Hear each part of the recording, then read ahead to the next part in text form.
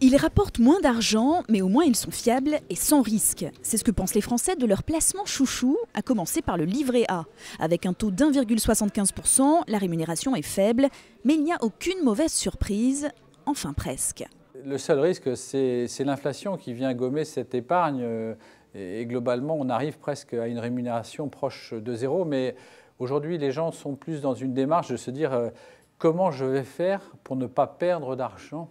Autre produit phare, l'assurance vie. Près de 42% des Français en possèdent une en 2010. Avantage majeur, pas d'impôt au-delà de 8 ans, mais encore faut-il avoir souscrit un contrat monétaire, car les assurances vie en actions ou en obligations peuvent dégringoler.